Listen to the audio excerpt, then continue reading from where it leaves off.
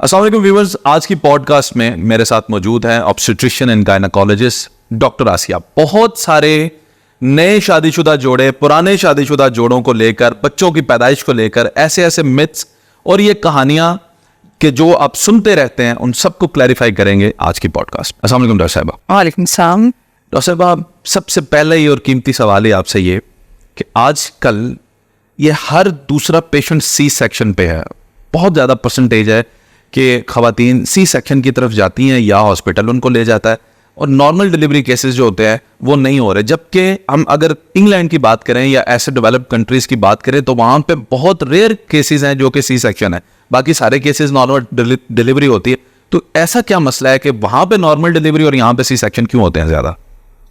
देखिए, इस पे बहुत सारी चीज़ें इन्वॉल्व होती हैं, बहुत सारे फैक्टर्स होते हैं। ठीक है, इसमें अगर मैं इसको डिवाइड करूँ ना तो कुछ मेडिकल फैक्टर्स हैं, कुछ नॉन मेडिकल फैक्टर्स हैं। बेसिकली जो सिजेरियन है हम परफॉर्म करते हैं ड्यू टू मैटरनल और फीटल रीज़न की वजह से। ठीक है, फॉर एग्जांपल मैं आपको एग्जांपल देती हूँ। फीटल डिस्ट्रेस की वजह से हम इमरजेंसी सिजेरियन सेक्शन परफॉर्म करेंगे, या अगर एक बेबी है मतलब मदर के उसमें उसकी पोजीशन ठीक नहीं है, ब्रीच प्रेजेंटेशन है या ट्रांसवर्स लाई है, मतलब एबनॉर्मल पोजीशनिंग है कोई भी, ये मैं आपको एक एब्सोल्यूट इंडिकेशंस बता रही हूँ कि जिसके लिए जो है ना वो हम सिजेरियन सेक्शन परफॉर्म करते हैं। ठीक है, और ऐसी बहुत सारी रीजंस होती हैं, या फीटल होंगी या मैटरनल कंडीशंस कुछ ऐसी होती हैं कि जिसमें हमें सेक्शन परफॉर्म करना पड़ता है, कि जैसे क्रोनिक मदर की कोई कंडीशन ऐसी चल रही है कि जिसकी वजह से पेशेंट अनेबल है नॉर्मल वेजाइनल डिलीवरी के लिए, तो हमें सी सेक्शन की तरफ जाना पड़ता है। लेकिन अब बात यह है कि और नॉन मेडिकल रीजंस असल में बहुत ज़्यादा प्रिवेल कर गई हैं अब।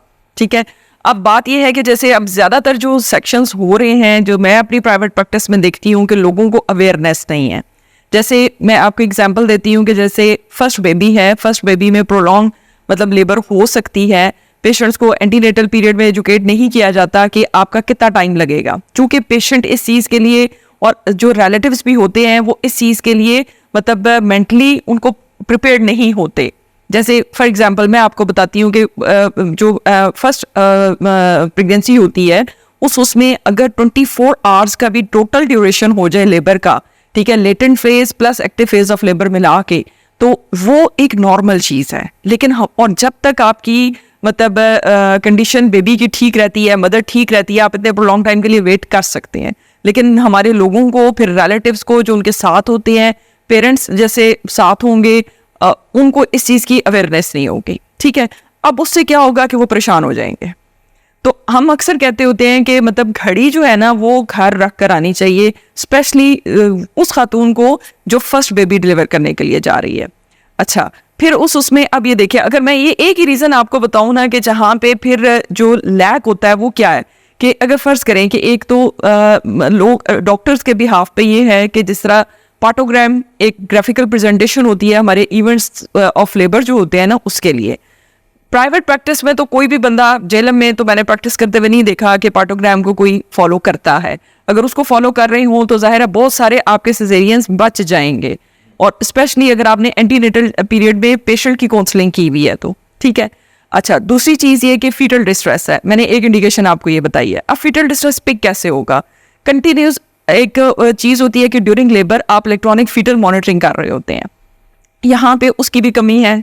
मतलब हमारे पास लोगों के पास इसमें सिंपल सी एक मशीन होती है, इसको हम CTG बोलते हैं। ठीक है, वो लोगों के पास अवेलेबल नहीं है। आप फीटल डिस्ट्रेस को कैसे पिक करोगे? तो ये चीज़ें हैं कि मतलब बहुत सारी। फिर एक जो मैं यहाँ पे और रीज़न देखती हूँ कि वो लड़कियों के बिहाफ पे ऑन रिक्वेस्ट सिजेरियन सेक्शन का जो रेट है ना वो बढ़ रहा है। अच्छा, लड़कियां खुद कह देती हैं? लड़कियां खुद कह देती हैं। अब ऑन रिक्वेस्ट वो क्यों कहती हैं, इसके पीछे भी रीजन। ये डिलीवरी से पहले ही कह देती हैं या उस वक्त में अच्छा, जब वो तकलीफ से गुजर रही होती हैं? डिलीवरी से पहले भी कुछ लोग ऑप्ट करते हैं। ठीक है, और वो क्लियर कट कहेंगे कि हम जो है ना पेन टॉलरेट नहीं कर सकते। ठीक है, तो हमें डर लगता है, फोबिया होता है, नॉन टॉलरेंस होती है। फिर एक और चीज़ जो मैंने प्राइवेट प्रैक्टिस में यहीं पे बहुत ज़्यादा देखी है कि लड़कियों के दरमियान माइंड्स में ना ये चीज़ बहुत ज़्यादा इंटरनेट से किस तरह ये प्रिवेल कर गई है कि नॉर्मल डिलीवरी से फिगर खराब हो जाता है। ये भी एक बहुत बड़ी रीज़न है। ठीक है, कि जिसकी वजह से जो है ना वो लड़कियां ऑप्ट करती हैं।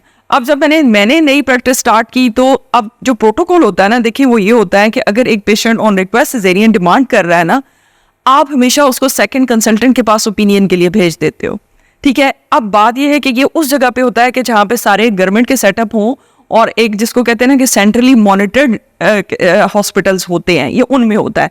प्राइवेट प्रैक्टिस में जेएलएम में मैं अपनी साथ बताऊंगी कि यहाँ के प्रॉब्लम्स, ठीक है। क्या होता है कि अगर मैंने रिफ्यूज कर दिया ना, कि जैसे मैंने जब प्राइवेट प्रैक्टिस स्टार्ट की, मैं एग्जैक्ट अपने प्रोटोकॉल के अकॉर्डिंगली करती थी, होता यह था कि मेरे हॉस्पिटल से निकलने के बाद नेक्स्ट वो जिस हॉस्पिटल में जाएगी ना, उसको सेकंड थॉट भी नहीं दी जाएगी और उसका सेक्शन हो जाएगा इमीडिएट, ठीक है। अब ये देखें, ये रीजन हो गई। फिर उसके बाद ये होता है कि सोशल प्रेशर भी होता है बहुत ज्यादा लड़की के ऊपर, और इसमें भी बहुत सारी चीजें आती हैं कि जैसे एक और नई चीज जो मुझे यहाँ पे आके पता चली कि अगर मेल बेबी है तो हमारी खवातीन के ऊपर इसका भी बहुत ज्यादा प्रेशर होता है। क्या कि अगर फर्ज करें कि पहले 3 बेटियां हैं और अब मेल बेबी है और अल्ट्रासाउंड के ऊपर उन्हें पहले से जेंडर पता चल गई है, अब वो इसके लिए बहुत ज्यादा कॉन्शियस होंगी। उनका होगा कि हम किसी किस्म का रिस्क नहीं लेना चाहते, ये प्रेशियस बेबी है और हमारा जो है ना वो सेक्शन करें। अच्छा, ठीक हो गया।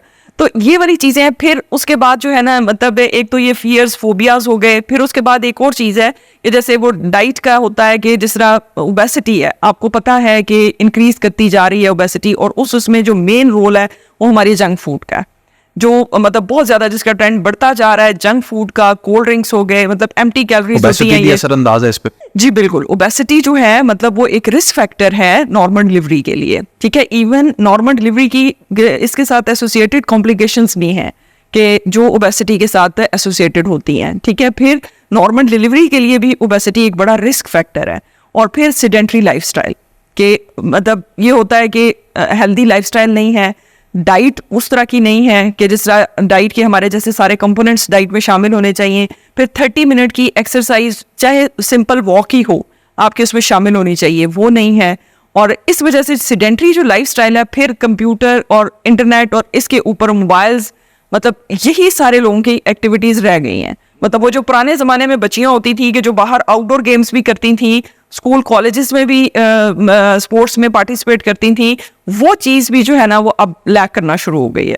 मैं अब इसीलिए ना कुछ तफसीलात इसलिए पूछना चाहता हूँ ताकि एजुकेट किया जा सके बच्चियों को कि नॉर्मल डिलीवरी की तरफ उनका रुझान क्यों नहीं है। अच्छा, आप मुझे ये बताएं कि जो बच्चा नॉर्मल डिलीवरी से पैदा होता है उसके अंदर यानी उसकी कुव्वत मुदाफ़ियत और जो एक बच्चा सी सेक्शन से होता है, इनमें कोई फ़र्क होता है?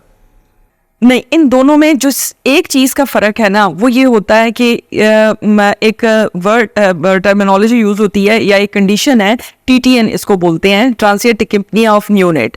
ये कॉम्प्लिकेशन जो है ये सिजेरियन के थ्रू जो बच्चे पैदा होते हैं उनमें ज़्यादा होती है, ठीक है। क्योंकि जो नॉर्मल लेबर का ट्रायल बेबी लेकर आता है, ठीक है, आप यूँ समझ लें कि वो एक स्ट्रेस में से गुजर के बेबी आता है, ठीक है। जब लेबर पेन्स आती हैं, यूट्राइन कॉन्ट्रैक्शंस आती हैं, तो आप यूँ समझ लें कि बेबी को ऑक्सीजन की सप्लाई थोड़ी कम होती है, और फिर उसके बाद जो है ना वो जैसी कॉन्ट्रैक्शन खत्म होती है वो दोबारा बहाल होती है।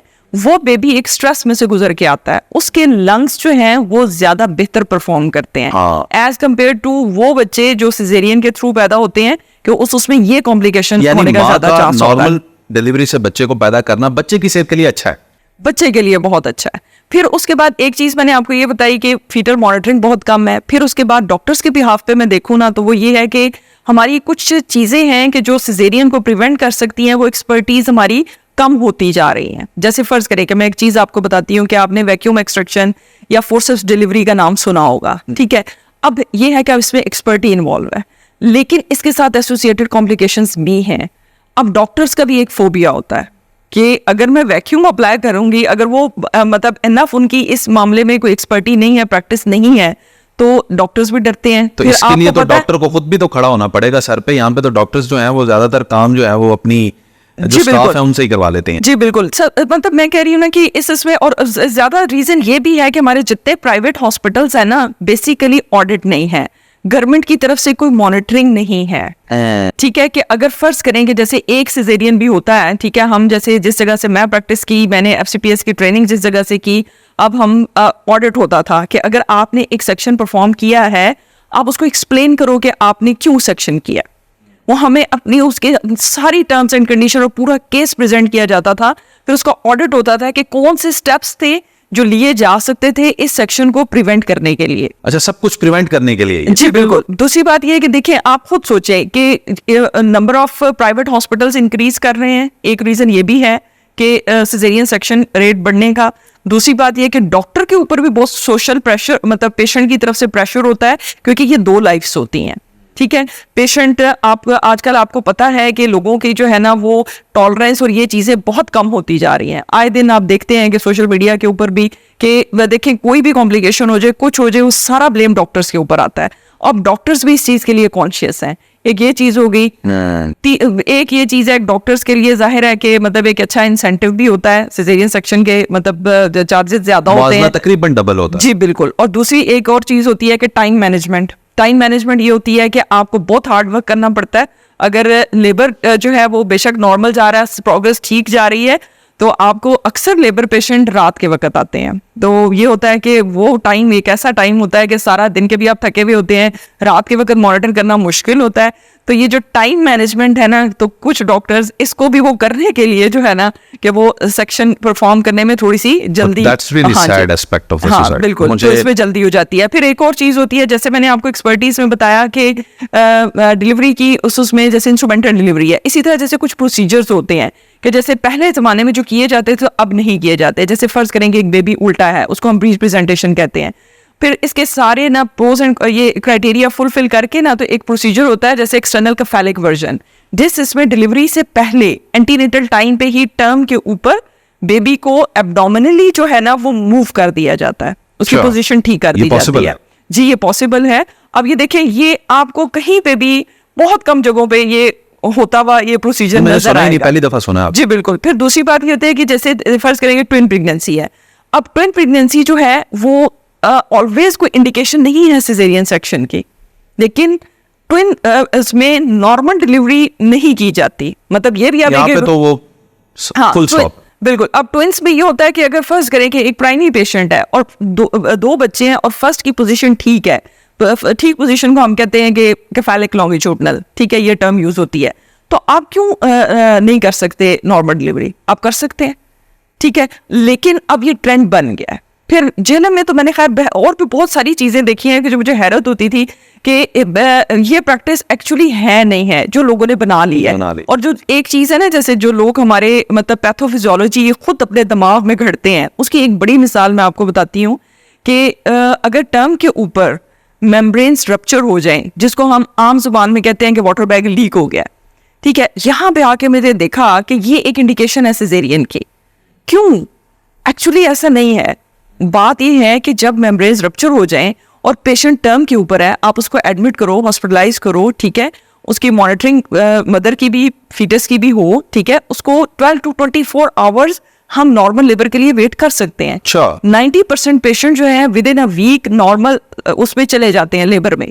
और फर्ज करेंगे आफ्टर 12 या 24 आवर्स अगर पेशेंट लेबर में नहीं जाता, आप लेबर स्टिमुलेट करें, लेबर इंड्यूस कर दें, ठीक है, इसके लिए स्टिमुलेशन का वर्ड यूज होता है, ठीक है, कि वो पेशेंट की फिर कंडीशन एक होती है, बिशप स्कोर हम कहते हैं कि उसके ऊपर डिपेंड करता है, जिससे फिर पेन आ जाती है, जिससे पेन आ जाती है, आम जुबान में नकली दर्दें लगाना, आर्टिफिशियल पेन्स जिसको कहते हैं जी। अब होता क्या है, अब लोग कहते क्या है, या आम तौर पे, अच्छा इसमें हमारे प्रोफेशन में हमारा डायलेमा ये भी है कि हमारे कॉम्पिटिटर्स जो हैं वो दाइयां हैं, ठीक है, और हमारी मेजॉरिटी लोग जो है ना वो हमसाइयां, दाइयां, जो नानियां, उनकी बातें बहुत गौर से सुनते हैं। वो क्या कहेंगे, जी मेम्ब्रेन्स रप्चर हो गई है, वाटर लीक हो गया है, ये तो बेबी के लिए बहुत खतरा है, बेबी तो सूखे में पड़ा हुआ है, उसके इर्द गिर्द पानी बिल्कुल खत्म हो गया, ठीक है, पानी खत्म हो गया बिल्कुल, और अब तो ये सर्वाइव नहीं करेगी, तो सांस ही नहीं ले सकता कि इसके इर्द गिर्द पानी नहीं है। अब एक्चुअल ऐसा नहीं है, मेडिकल ग्राउंड्स पे ऐसी कोई बात नहीं है। पीपल नो कि इसमें भी टाइम 24 आवर्स का होता है, बिल्कुल। और इवन ये हम प्रॉम का वर्ड यूज करते हैं इसके लिए, pre labour rupture of membranes. एक वर्ड, एक और चीज है पी प्रॉम, जो टर्म से भी पहले जो है ना मेम्ब्रेन्स रप्चर हो जाती हैं, इवन उन पेशेंट को आप टर्म तक लेके जा सकते हैं।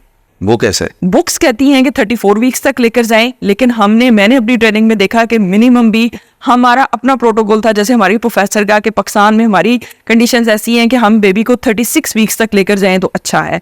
अब देखिए उसमें क्या होता है कि लेकिन मैंने प्राइवेट में आके अपने रूल्स नहीं छोड़े, लेकिन ये है कि वो चीज़ कुछ उनको मॉडिफाई किया ताकि पेशेंट के एक्सपेंसेस ज़्यादा ना हो। अब पी प्रॉम के पेशेंट को आइडियली आपको हॉस्पिटलाइज करना होता है, लेकिन यहाँ भी जाहिर है कि प्राइवेट में आप जब किसी पेशेंट को हॉस्पिटलाइज करते हो तो उसके एक्सपेंस बढ़ जाते हैं। मैं इस चीज़ को वो करते हुए पेशेंट को उसके लिए जितनी प्रिकॉशंस होती हैं दे के कि कैसे लैब टेस्ट होने हैं, किस तरह रिपीट होंगे, ठीक है, और आपने किस चीज़ का ख्याल रखना है, ठीक है, वो करके इनिशियल मैनेजमेंट करके मैं घर भिजवा देती हूँ मेडिसिन के साथ।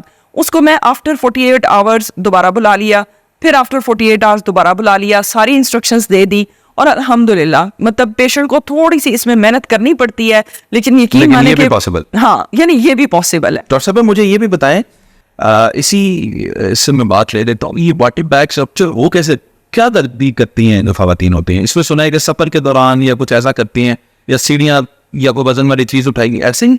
नहीं, ये भी मिथ्स है, ठीक अच्छा, है सारे कि- मिथ है? जी, ये मिथ है कि देखिए, फर्ज करें कि ट्रॉमा जब तक इतना कोई हार्श ट्रॉमा ना हो, ठीक है, तो उस वक्त तक जैसे कोई एक्सीडेंट हुआ है या ये कि फीमेल की हिस्ट्री ऑफ फॉल है कि वो गिर गई है पेट के बल, ठीक है, उस वक्त तक आप मत एक्सपेक्ट करें कि वाटर बैग लीक होगा।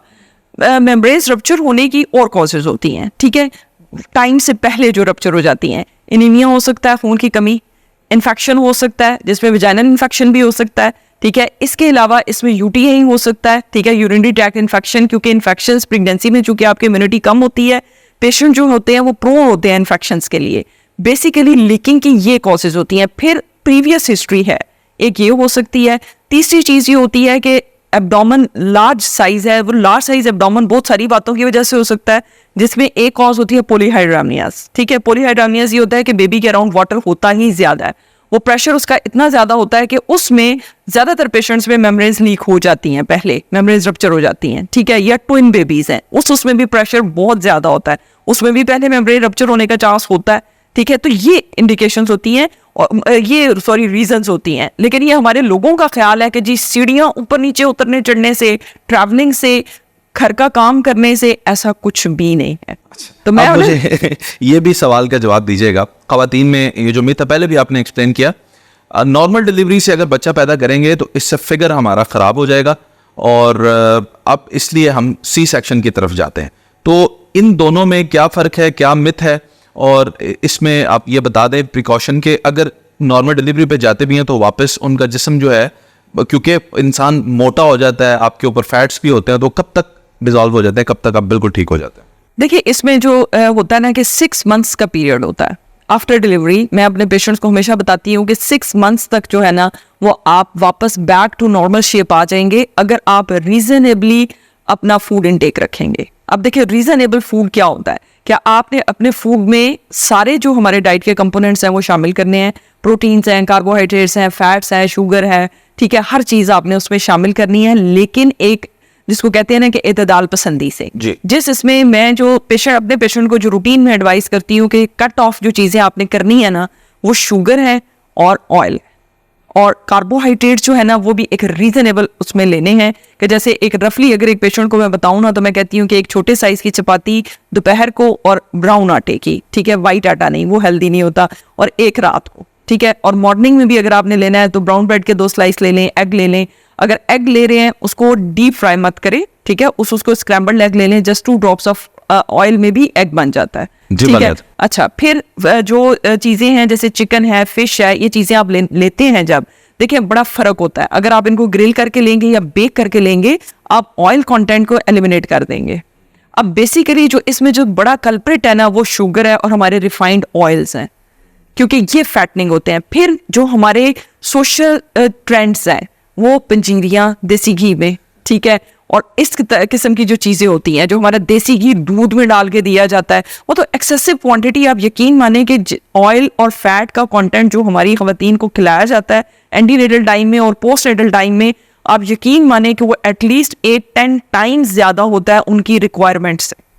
फिर आप देख लें कि पाकिस्तान में ओबेसिटी की मतलब क्या रेशो है। मतलब देसी घी के बारे में आप बता ही देना कि शादी से पहले भी खवातीन को खाना चाहिए, और ड्यूरिंग प्रेगनेंसी जो है ये किस मंथ से इन्हें देसी घी खाना स्टार्ट करना चाहिए, क्वांटिटी क्या, और बाद में भी खा सकती हैं या नहीं, ये देसी घी के बारे में बताएं तो सही है। अच्छा, मैं आपको एक मजे की चीज बताती हूँ कि जो रिफाइंड ऑयल्स है ना उनसे बहुत बेहतर हमारा देसी घी और मक्खन है। अच्छा जी, जो रिफाइंड ऑयल्स हैं इनसे बहुत डॉक्टर है शायद जो ये रिकमेंड करेंगे, ठीक है, और जो इसकी रिकमेंडेड क्वांटिटी है ना जो आप ले सकते हैं पूरे दिन में, वो 2 टीस्पून है। 2 टीस्पून, ठीक है।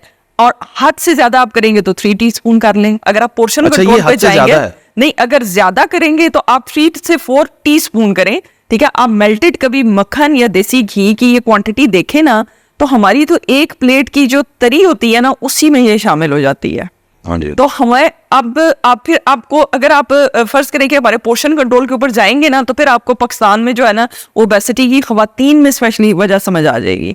आपने देखा होगा कि अक्सर फीमेल में जाहिर है कि ये बेबी फैट भी होता है कि जिसको वो डिजॉल्व नहीं करती, मल्टीपल प्रेगनेंसीज हो रही हैं, वापस अपने वेट पे जाते नहीं हैं और दोबारा प्रेगनेंसी हो जाती है। फिर उसके बाद जो इसमें मैं आपको बता रही हूँ ना कि हमारा जो सोशल सेटअप है ना, बेसिकली जॉइंट फैमिली सिस्टम्स हो गए। ठीक है। अगर लड़की अगर ससुराल में रह रही है वो नहीं तो पीछे से जो मदर की इन्वॉल्वमेंट है वो भी काफी सारी होती है चीजों में, कि मदर का कॉन्शियस होना है कि मेरी बच्ची बहुत कमजोर हो रही है, तो उसके लिए जो है ना वो कहते हैं ना ओवर ईट कराया जाता है और ये सब कुछ। बिल्कुल। अच्छा, मुझे अब इसी सवाल ज़हन में आता है, एक आइडियल गैप कितना है एक बच्चे को पैदा करने के बाद माँ की सेहत के लिए? कितना जरूरी है कि वो इतना गैप तो कम से कम ले दूसरे बच्चे को पैदा? Minimum 2 years. 2 इयर्स बाद उसको प्रेग्नेंट होना चाहिए? 2 ईयर बाद बच्चा के बाद बर्थ दे सकते हैं, मतलब inter pregnancy interval minimum 2 years होना चाहिए।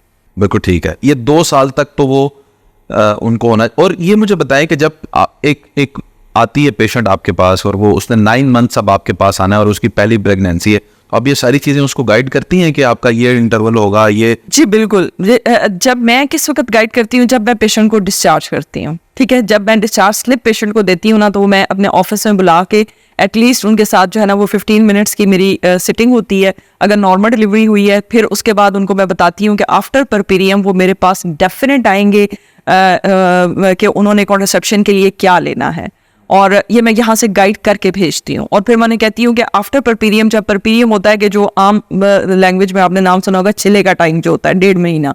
ठीक है। इसके बाद जो है ना वो फिर आप कॉन्ट्रासेप्शन के लिए पेशेंट को बुलाते हो, मतलब ये एक फॉलो अप विजिट होता है कि जिस पे आप उसको गाइड में उसी वक्त कर देती हूँ, जिस वक्त मैं पेशेंट को डिस्चार्ज कर रही होती हूँ कि आपने मिनिमम भी 2 इयर्स का जो है ना वो गैप लेना है, और उसके बाद प्रेगनेंसी के। हमारे माशरे में मिथ्स की वजह से भी बहुत सारी चीजें जो है खराबी की तरफ जाती हैं।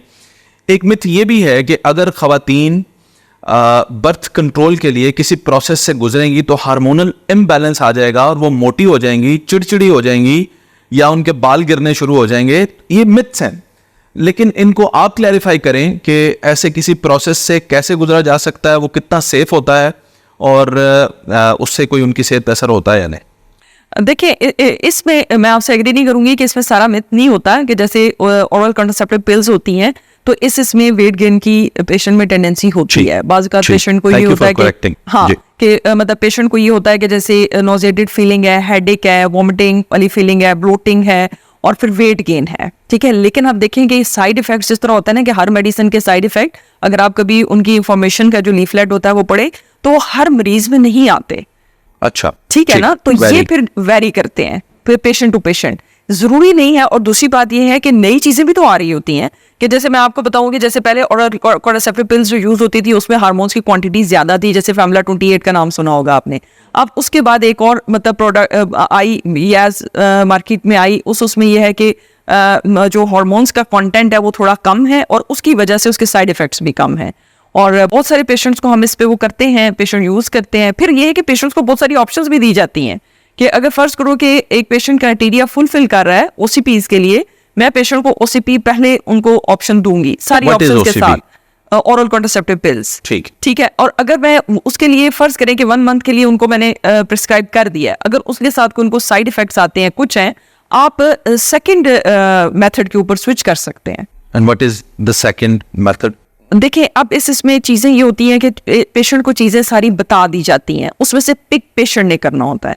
जैसे ओरल कॉन्ट्रासेप्टिव पिल्स हैं, इंजेक्टेबल कॉन्ट्रासेप्टिव्स हैं, ठीक है, फिर बैरियर मेथड्स हैं, और इसके अलावा फिर आईयूसीडीज हैं जिसमें ये जो कॉइल रखवाते हैं वो हैं, फिर इसके अलावा जो है ना मतलब कैलेंडर मेथड होता है, विड्रॉल मेथड होते हैं। मतलब ये सारे है। प्रोसेसेस 100% प्रिवेंट करते हैं या फिर भी किसी वजह से प्रेगनेंसी हो सकती है? इनमें से एक भी 100% नहीं होता, हर एक का फेलियर रेट होता है। फेलियर रेट है। जी बिल्कुल, हर एक का फेलियर रेट होता है। इवन जो ट्यूबल लाइगेशन भी है ना, इवन आपको पता है कि जिसमें ट्यूब लॉक करा देते हैं, ठीक है, इसमें भी इवन 1 in 200 केसेस में एक केस फेल हो जाता है। यानी मालिक कायनात ने जिस जान को दुनिया में भेजना है उस एग्जैक्टली ऐसा ही है, हर मेथड का एक फेलियर रेट होता है। बिल्कुल सही। डॉक्टर साहब आप ये भी मुझे काइंडली बताइएगा कि नया जोड़ा जो हमारे मुल्क में, आपको पता है कि माशरे में बल्कि कोई गुफ्तगू नहीं की जाती बच्चों से शादी के वक्त या शादी के बाद, उन्हें बताया नहीं जाता है कि कैसे मामलात ज़िंदगी गुजारने हैं। तो वो नया इनएक्सपीरियंस जोड़ा बच्चे की ख्वाहिश में जो है पहले ही कुछ माह में डिसअपॉइंट हो जाते हैं वो लोग, और फिर वो उनको बाज़ औक़ात ये भी नहीं पता होता कि दे आर प्रेग्नेंट, तो वो फिर वो ख्याल भी नहीं करते अर्ली स्टेजेस में, यानी उनकी ट्रैवलिंग, और वो हो सकता है कि कुछ ऐसे फिजिकल एक्टिविटीज से, स्पोर्ट्स से गुजरते होंगे, शायद वो उनके लिए मसले का बायस बनता है। तो मेरा सवाल पूछने का मकसद ये है कि ऐसा क्या टाइम पीरियड है, वो कितना वक्त दौरानिया है कि जिसके बाद भी अगर नए जोड़े को प्रेगनेंसी नहीं हो रही, वो कंसीव नहीं कर पा रहे, तो उन्हें डॉक्टर से रुजू कर लेना चाहिए, उससे पहले पहले दे आर जस्ट फाइन। अच्छा, अब देखिए इसमें भी जो है ना वो हमारी सोसाइटी में ट्रेंड डिफरेंट है, ठीक है, और जो इसका प्रोटोकॉल है वो ये है कि जब तक कपल इकट्ठे 2 years तक इकट्ठे रहें और प्रेगनेंसी ना हो, तो तब आप डॉक्टर के पास जाएं, तब आप हेल्प के लिए जाएं। Very long period. जी ठीक। अब आप इससे अंदाजा लगा लें कि हमारे यहाँ तो अगर शादी को 2 महीने हो जाए तो उसके बाद क्या, और अगेन माशरा ऐसा है ना, घर में सास नंद आपके मैके वाले पूछना शुरू कर देते हैं। बिल्कुल ऐसा ही है, खबर नहीं है तो एग्जैक्टली, एक तो सोशल प्रेशर ऐसा होता है, दूसरा जैसे सेटअप होता है ना हमारा। अब पाकिस्तान में या झेलम की मैं बात करूं तो यहाँ पे बहुत ज्यादा ट्रेंड है कि ज्यादातर मेल्स जो हैं वो आउट ऑफ कंट्री होते हैं या आउट ऑफ सिटी होते हैं, ज्यादातर आउट ऑफ कंट्री होते हैं। अब होता क्या है कि वहां से मेल अपनी छुट्टी लेकर आए हुए हैं 2 months 3 months, और इधर जो है ना वो जो लड़के की मदर है और लड़की की मदर है, मतलब पेरेंट्स हैं जो दोनों के, उनके मतलब उनका पूरा इस बात के ऊपर होता है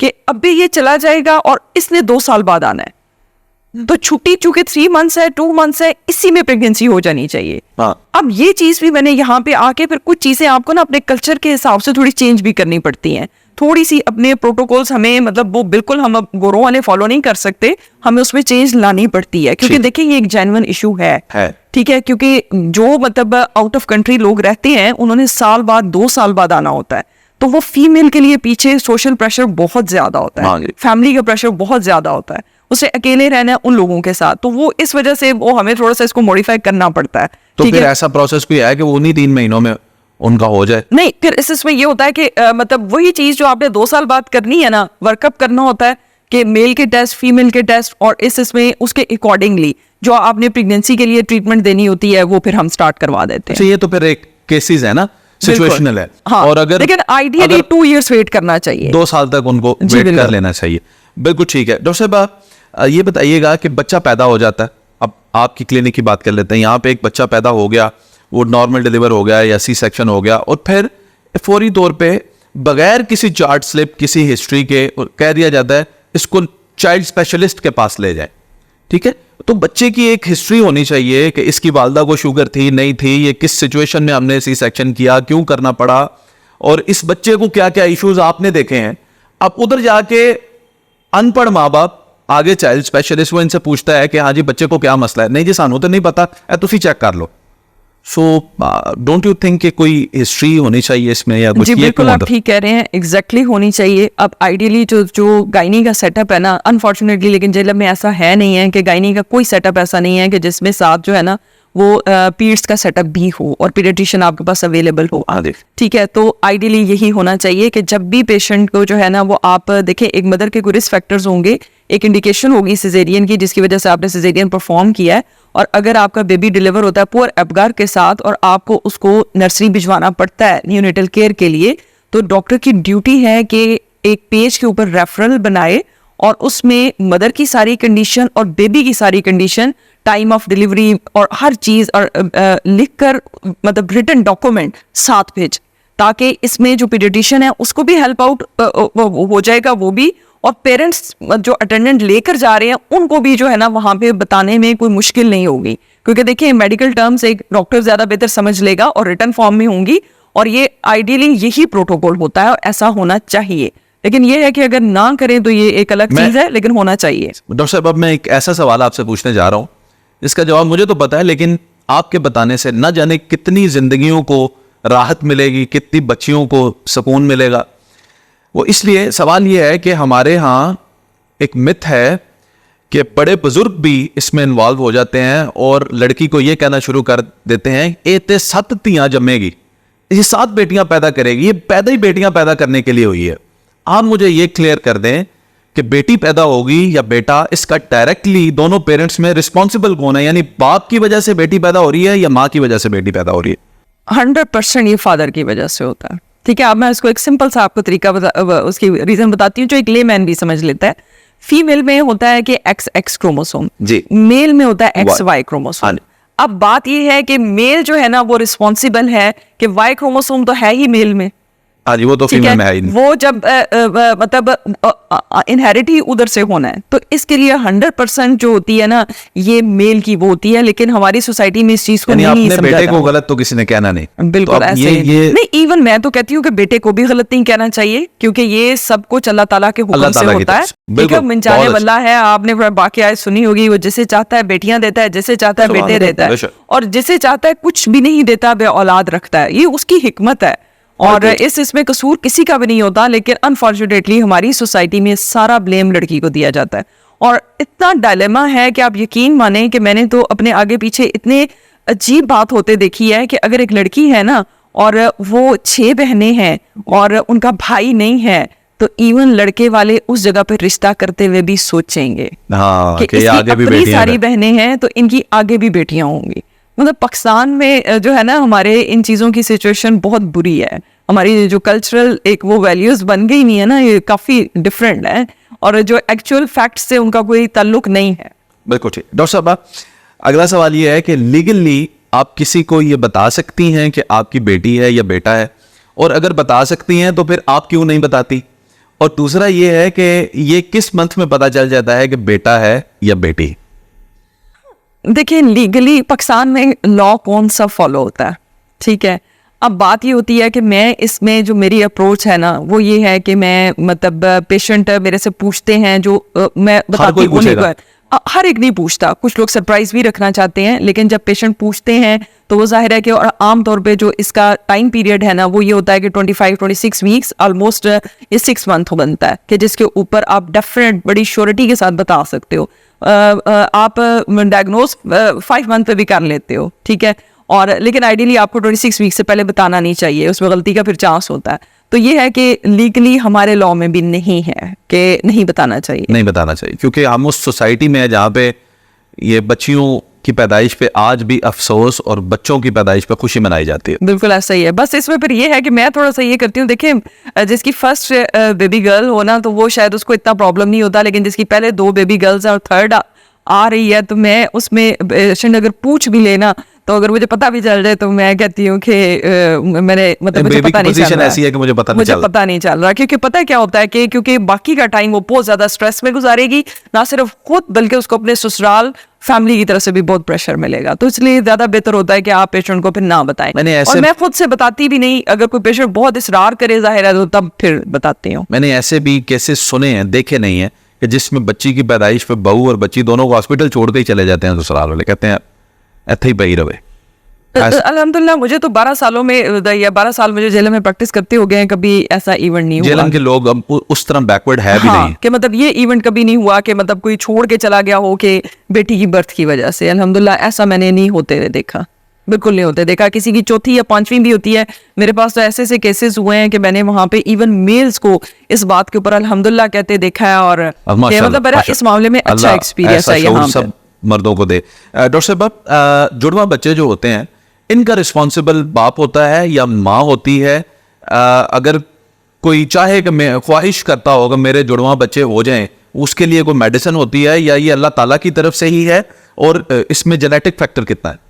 अच्छा, इसमें ये होता है कि ये ज़ाहिर है होता कुदरती की तरफ से है, ठीक है, कि ट्विन प्रेगनेंसी जो है, लेकिन जो ट्विन प्रेगनेंसी का चांस किन चीज़ों में किस वक्त बढ़ जाता है कि जिसमें जब हम ले रहे होते हैं ना इनफर्टिलिटी के लिए ट्रीटमेंट, ठीक है, जिसमें ओवुलेशन इंडक्शन होती है या आईवीएफ का नाम सुना होगा आपने, जितने आर्टिफिशियल टेक्निक्स होती हैं ना, उसमें ट्विन बर्थ का चांस या ट्रिपलेट्स का चांस बढ़ जाता है। ट्रिपलेट्स पे हाँ, आपकी जिंदगी में आपने कोई ऐसा केस एक्सपीरियंस किया हो जिसमें ट्रिपलेट्स या जी बिल्कुल, दो से ज्यादा बच्चे? जी बिल्कुल, ट्रिपलेट्स तो और मैंने तीनों जो है माशाल्लाह अभी सेहतमंद, बिल्कुल सेहतमंद। वो कुछ थोड़ा सा बता दें उसका पस मंजर वाकई हाँ का। जी, मैंने यहाँ पे तो नहीं अपने उसमें नहीं करवाए हुए, लेकिन मैंने अपनी ट्रेनिंग के दौरान में जो है ना वो नॉर्मल डिलीवरीज भी ट्रिपलेट्स की हुई है, अच्छा, ठीक है, माशाल्लाह। और सिजेरियन बर्थ्स भी।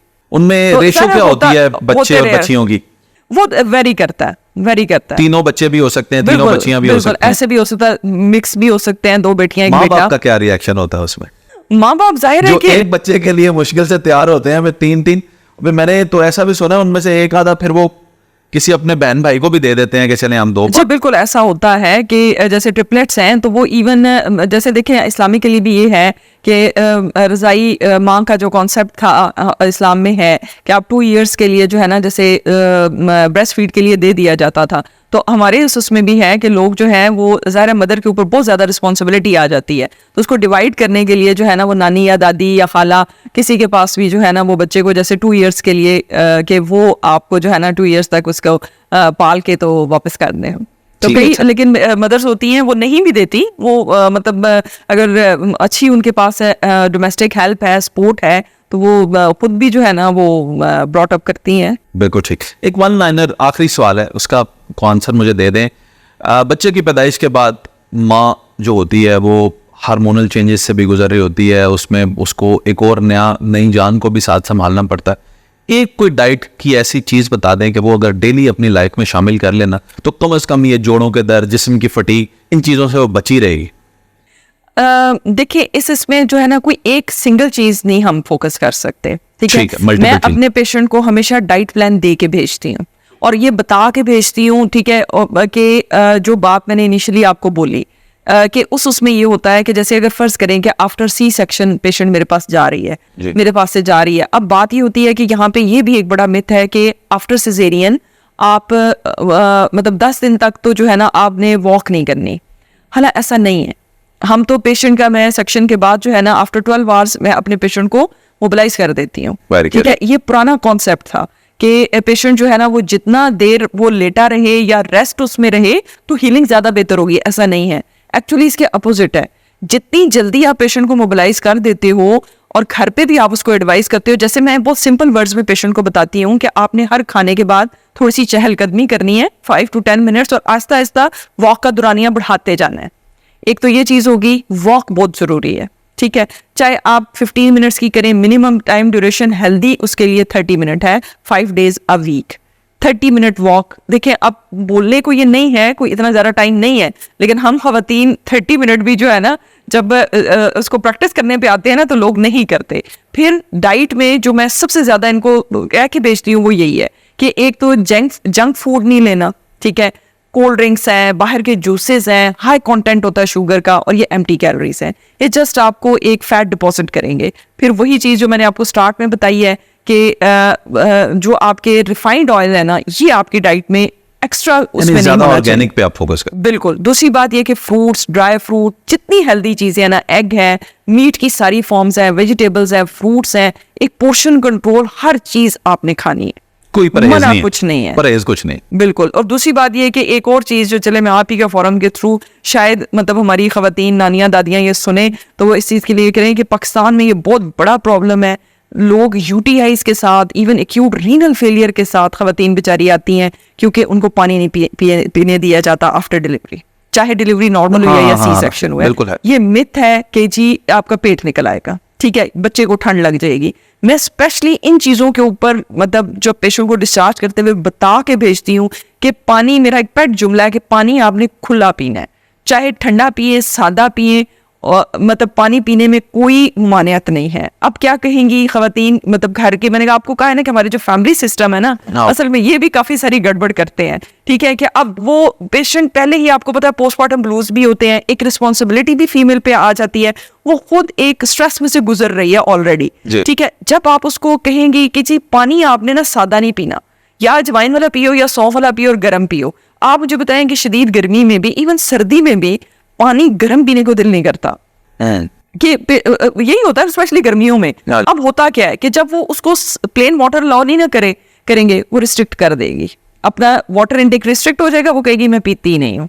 ठीक है, उससे क्या होगा, यूटीआई होगा, एक्यूट रीनल फेलियर इवन हो जाता है कि ये पानी की कमी की वजह से। तो ये है कि ये डाइट में जो पोस्टमार्टम, इमीडिएट पोस्टमार्टम टाइम होता है ना, at the time of discharge, मैं तो ये सारी बातें, बल्कि मैं अकेली पेशेंट को नहीं बुलाती अपने ऑफिस में, मैं साथ में जो है ना, हाँ उसकी सास, नंद या कोई भी उनको साथ बिठा के, ताकि उनको ये ना हो कि ये, लेकिन स्टिल मैं उसके बाद भी मसले देखती हूँ। मुझे लगता है कि इस तरह के प्रोग्राम्स हमें ना 100-200 करने पड़ेंगे, तब जाके हम अपने हिस्से की कोई अवेयरनेस दे पाएंगे। बिल्कुल। अब मुझे समझ नहीं आती कि हमारे लोग जो है वो बीमारियां कैसे रिलेट कर लेते हैं। अब देखिए कि पेट का निकलने से, आप एक खुद सोचे ना, जो बंदा थोड़ा बहुत भी पढ़ा लिखा है, आप मुझे बताइए कि पानी में तो कैलोरीज ही नहीं होती हैं। हाँ जी, ठीक है, पानी आपके एक अपना सिस्टम है ना, कि पानी हम पिएंगे वो हमारे पहले जीएटी पे जाएगा। ठीक है, और एक उसका सिस्टम है कि उसने जो है ना वो किडनीज के थ्रू, और फिर उसके बाद एक्सक्रीशन होनी है उसके एज यूरिन। ठीक है, उसमें मोटापा किधर से इन्वॉल्व हो गया और उसने पेट कहाँ से निकाल देना है, मुझे तो इस बात की आज तक समझ नहीं आई। देसी घी नहीं निकाल रहा, लेकिन पानी पेट। एग्जैक्टली, यही है कि देसी घी जो वो खवातीन को जो है ना दूध में डाल के और पंजीरियां और मतलब रोटियां चौपड़ के देती हैं, उसमें से नहीं पेट निकला। पेट निकलता क्यों है, चले मैं आपको बताती हूँ पेट निकलता क्यों है। पेट निकलता क्यों है, जब इसमें फैट डिपॉजिट होती है। अब फैट कब डिपॉजिट होती है, जब आप खाते ज्यादा हैं और आपका फैट कंटेंट और बाकी चीजें ज्यादा होती हैं, तो तब आपकी फैट डिपॉजिट होगी ना। पानी से कौन सी फैट डिपॉजिट होनी है, यानी लॉट ऑफ कार्बोहाइड्रेट्स नहीं, a lot of fat, carbohydrates भी, फैट भी, शुगर भी, सारा कुछ ये मिक्स है। सब कुछ जो है ना ये फैट डिपॉजिट करता है। बिल्कुल। ठीक है, और वाहिद पानी है जो नहीं करता। नहीं, ठीक है ना, बिल्कुल। वो कहते हैं कि जी ये पेट फूल गया बेसिकली, और वो पानी, जैसे ये नहीं होता कि पानी ठंडा पिया ज्यादा पिया, अब उनकी इसके पीछे क्या थ्योरी है वो नहीं मुझे समझ आती क्या है, कि कैसे वो इसको रिलेट करते हैं कि जी इससे पेट निकला है और चल रहे हैं। बिल्कुल। अच्छा डॉक्टर साहब, it was player having your time. बहुत सारी चीज़ें आपने क्लैरिफाई की, बहुत अच्छा आपने जो है आवाम को गाइड भी किया। मैं उम्मीद करता हूँ शायद चंद जिंदगियां जो हैं इस पॉडकास्ट से बदल सकेंगी। बहुत शुक्रिया आपके वक्त।